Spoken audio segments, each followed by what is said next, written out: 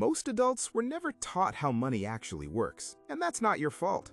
Welcome to Personal Finance 101, a crash course in financial literacy for adults where we break down 10 money management basics everyone should know.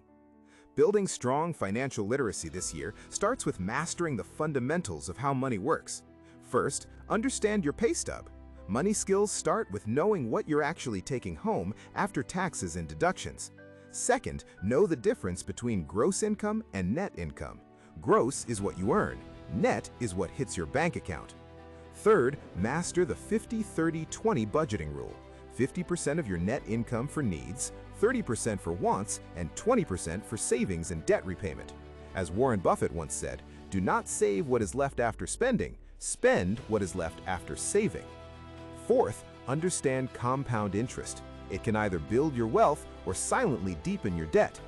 Fifth, know your credit score and what drives it, because it affects loans, housing, and even some job applications. Sixth, build an emergency fund.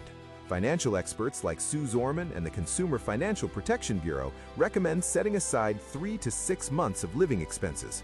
Seventh, learn the debt snowball method.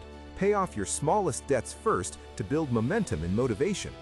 Eighth, or try the avalanche method. Tackle your highest interest debt first to save more money over time.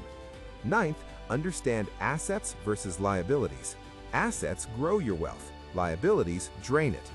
10th, invest early and consistently, even small amounts.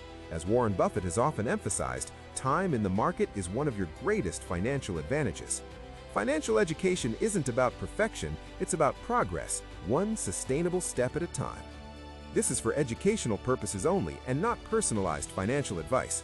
If this helped, subscribe for more personal finance fundamentals and comment which money skill you're working on first.